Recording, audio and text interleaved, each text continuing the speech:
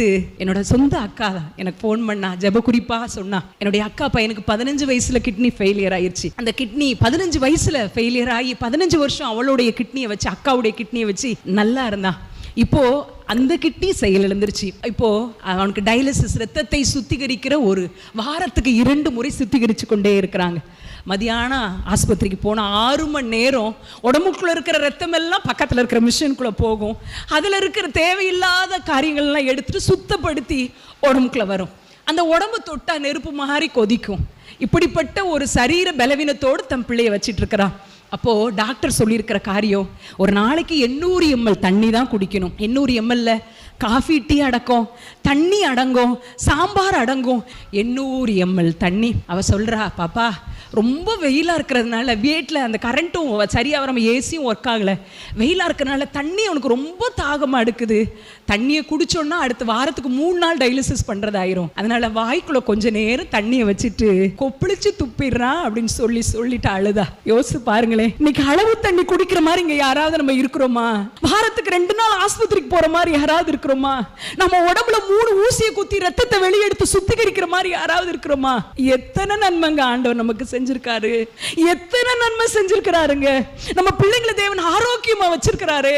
என்ன நினைச்சாலும் சாப்பிட முடியுதே. ஆனா ஒரு வியாதின்னு வந்துட்டா இதை சாப்பிடாத, அதை சாப்பிடாத.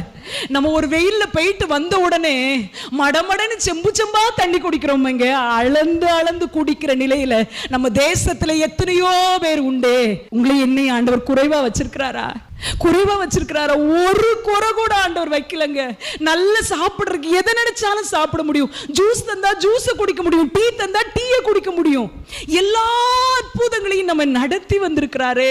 முறுமுறுத்துட்டே இருக்கோமோ, பிள்ளை சரியில்லை, வீட்டுக்கார் சரியில்லை, தண்ணி வரல, கரண்ட் சரியா வரல, இந்த ரூம்ல தண்ணி ஒழுங்கா போக மாட்டேங்குது, இந்த பாத்ரூம்ல இவங்க வந்து இதை வாங்கிட்டாங்க, உங்க நாத்த உங்க தங்கச்சி இப்படி சொல்லிட்டா, உங்க அக்கா இப்படி சொல்லிட்டா. சின்ன சின்ன காரியத்தையும் வைத்து நம்ம குடும்பத்தின் சமாதானத்தையே இழந்து கொண்டிருக்கிறோமோ. எவ்வளவு பெரிய பெரிய காரியங்களை இரக்கமாய் ஆண்டவர் தந்திருக்கிறார். ஒருத்தருக்கு ஒரு கிட்னி ஃபெயிலியர் ஆயிடுச்சுன்னா ஒரு பிரைவேட் ஹாஸ்பிட்டல்ல பார்க்கணும்னா கிட்டத்தட்ட 50 லட்சத்துக்கு மேல செலவாகும். இன்னைக்கு 2 கிட்னி நமக்கு வேலை செய்யலையா, 50 லட்சம் நம்ம கையில இருக்கிறது அர்த்தம். துட்டுலங்கிறமே. ஒரு ஹார்ட்ல ஒரு பிளாக் வந்துருச்சு அப்படின்னு சொன்னா கிட்டத்தட்ட லட்சக்கணக்கில் செலவாக ஆபரேட் பண்றதுக்கு. ஆண்டவர் நம்ம இருதயத்தை நல்லா இயங்க வச்சிருக்காராப்பா. கை கால நல்ல வேலை செய்தே, நான் நினைச்ச இடத்துக்கு போக முடியுதே, நினைச்சதை நான் சமைக்க முடியுதே. இன்னைக்கு ஆண்டவர் நமக்கு சொல்லுகிறார், உங்க வீடு ஆசீர்வதிக்கப்பட்ட வீடாக இருக்க வேண்டும் என்றால் ஜெபத்தினால் நிறைந்த வீடாக இருக்க வேண்டும். ஆண்டவருடைய வார்த்தைக்கு முதலிடம் கொடுக்கிற வீடாக இருக்க வேண்டும். உங்க வீடு ஆசீர்வதிக்கப்பட்ட வீடாக இருக்க வேண்டும் என்றால் கடந்து வந்த பாதைகளை நினைத்து ஆண்டவருக்கு நன்றி சொல்லுகிற இருதயம் வேண்டும். நாளைக்கு என்ன நடக்குமோங்கிற பயப்படுகிற இருதயம் இருக்க கூடாது. இத்தனை வருஷம் உனக்கு மன்னாவை கொடுத்தேனே, இனியும் நான் கொடுப்பேன்.